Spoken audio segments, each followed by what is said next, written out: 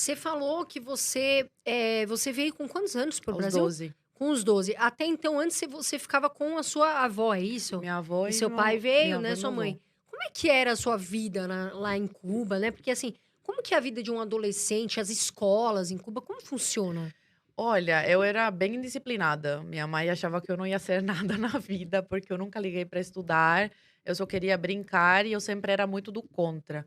Então, na escola, minha mãe era chamada toda semana: "Olha, sua filha fez tal coisa. Olha, sua filha não quer fazer isso". Então, teve uma vez que tinha que dar um dinheiro, a MTT, que é um dinheiro que a ditadura cubana arrecada todo mês, que é para a defesa da revolução, por se acontecer algum ataque Yankee, do imperialismo Yankee. E eu não queria dar esse dinheiro, eu não tinha nem 7 anos de idade. Eu falei: "Não, não quero dar, eu quero comprar uma pizza". E aí a professora pegou e incentivou os alunos a me chamarem de contra-revolucionária. Pra você ter uma ideia, com uma criança de 6, 5 anos de idade. É uma loucura muito grande, né, os professores são usados, né, pra Incentivar, né? doutrinar mesmo e incentivar o ódio entre as crianças. E até hoje fazem isso, basta ver os cubanos que saem com pedaços de pau atacando os manifestantes a favor da liberdade atualmente, né. E eu sempre fui muito do contra, eu nunca me entendi muito bem por que que eu não posso falar isso pra professora, tipo, levantar a mão e questionar. E aí minha mãe falava: "Sou eu, que você escuta em casa, você não pode repetir na rua". Nunca entrou na minha cabeça isso, até chegar no Brasil e eu começava a perceber na escola que aqui a liberdade não é muito como eu achava que era no começo, mas para quem veio de uma ditadura era uma liberdade total. Na sala de aula, o aluno levantava a mão: "Professora, eu não entendi isso, por que que você acha que é tal coisa? Pode ser isso". Eu falava: "Gente, o aluno pode conversar dessa forma com o professor, né, questionar". E então minha vida em Cuba foi isso. E aí me perguntam: "Você sente saudade da tua infância, do que você viveu?" E eu falo: "Eu não sinto saudade do que eu vivi em Cuba, eu sinto saudade da minha família reunida". Então, dos meus tios que hoje moram uma parte em Miami, outra parte na Espanha. Eu sinto saudade da minha bisa e da minha tátara, que não estão mais aqui. Então é mais isso, do seio familiar, né. Sim, Da a gente fica minha com família é vazio, né? separada, minha família tá separada. Eu nunca vou conseguir falar: "Opa, comprei uma casa, eu quero fazer um churrasco domingo com toda a minha família", porque tá toda espalhada pelo mundo. Meus avós estão em Cuba, por exemplo. Mas Sim. as pessoas, alguns tios seus que estão em Miami, eles podem, por exemplo, vir para o Brasil? Ou o refugiado político tem que ficar ali e pronto? Não, não, eles moram em Miami há muito tempo. Ah, tá. Esses tios saíram há 20, 30 anos, então eles podem sair de boa. Mas eles não têm uma vida, uma condição muito boa para falar: "Ah, vou para o Brasil Sim. visitar", entende? E me tira uma dúvida, Zoe. Beleza, o seu pai e sua mãe conseguiram um atestado de refugiado político, né? Como é que funciona isso? Hã, enfim, o governo brasileiro emite uma ordem para Cuba falando: "Não, esse cidadão vai vir para cá e pronto". Como é que é essa situação? Olha, o cubano vai, né, na Polícia Federal e fala: "Estou sendo perseguido, meu país é uma ditadura", explica todas essas questões, e aí o governo brasileiro dá esse direito de: "Não, vamos te acolher no país, vamos te defender dessa perseguição da ditadura". Então funciona dessa forma. A gente o que que eu acho interessante a gente falar aqui? Muitas vezes eu vejo pessoas com a camisa do Che Guevara, Nossa, enfim. principalmente gays, né? Então, eu nunca prestei atenção, assim, em Não, perguntar. Uma boa questão pra gente falar aqui. Mas o que que eu vejo? Às vezes, uma vez eu perguntei pra uma menina por que que porque assim, eu te confesso, eu não conheço Cuba. Eu nunca nem visitei como turista, mas a gente sabe que a Cuba é um país que vive todos esses problemas. Então, às vezes eu vejo uma pessoa com a camisa do Che Guevara. E aí um dia eu perguntei pra uma menina, eu falei: "Por que que você anda com essa camisa do Che Guevara?" Ela falou: "Ah, porque o Che Guevara libertou Cuba", né. Então eu queria que você falasse um pouco para o nosso público essa questão do Fidel Castro e do Che Guevara, se realmente eles são considerados assim, eles libertaram Cuba ou a sua visão sobre isso? Olha, em Cuba tiveram campos de trabalhos forçados, tá? Campo de concentração. E um dos idealizadores, uma das cabeças, foi o Che Guevara. Ele era uma máquina de matar. Muitos que conviveram e depois deixaram, né, por escrito, falaram que era sangue frio e ele sentia prazer em matar.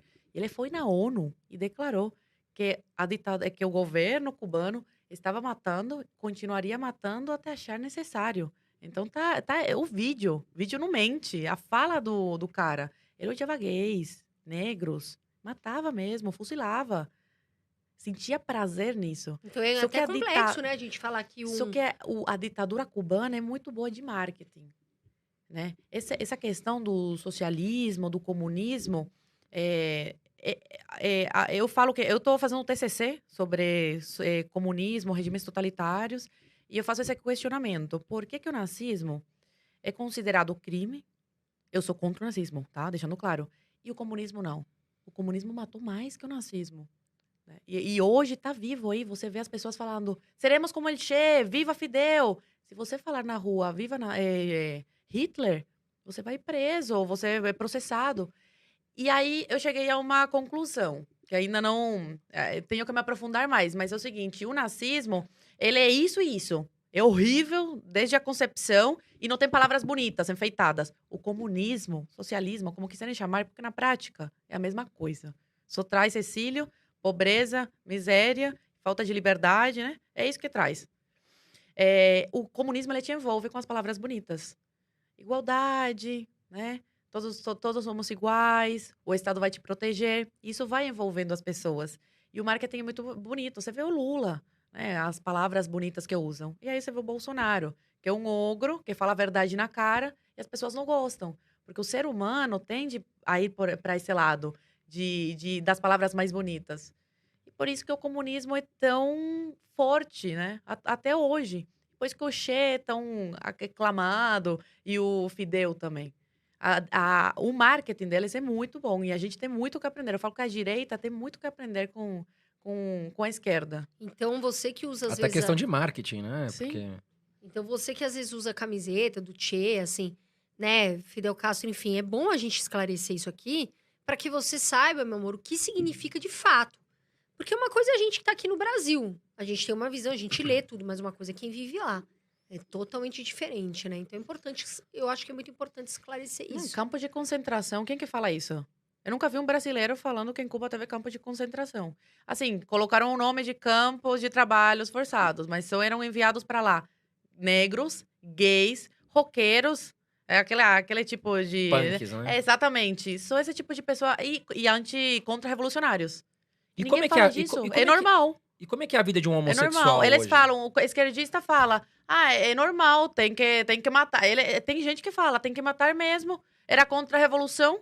Nossa. E aí é contra é a favor da revolução cubana, mas é contra o nazismo. Pra você ver, não tem net o que falam, né? Zoe, e como é que é a vida de um homossexual hoje em Cuba?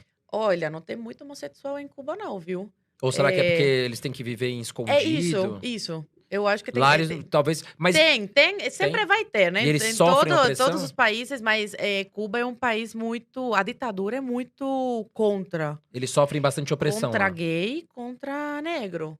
Na cúpula do governo, só tem 2 ou 3 negros que ocupam cargo de liderança. E ocupam esses cargos porque ajudaram o Fidel na Serra Maestra. Serra Maestra. Mas atualmente não tem um negro que é por meritocracia e vai lá e consegue ocupar uma cadeira junto à ditadura cubana. É muito difícil.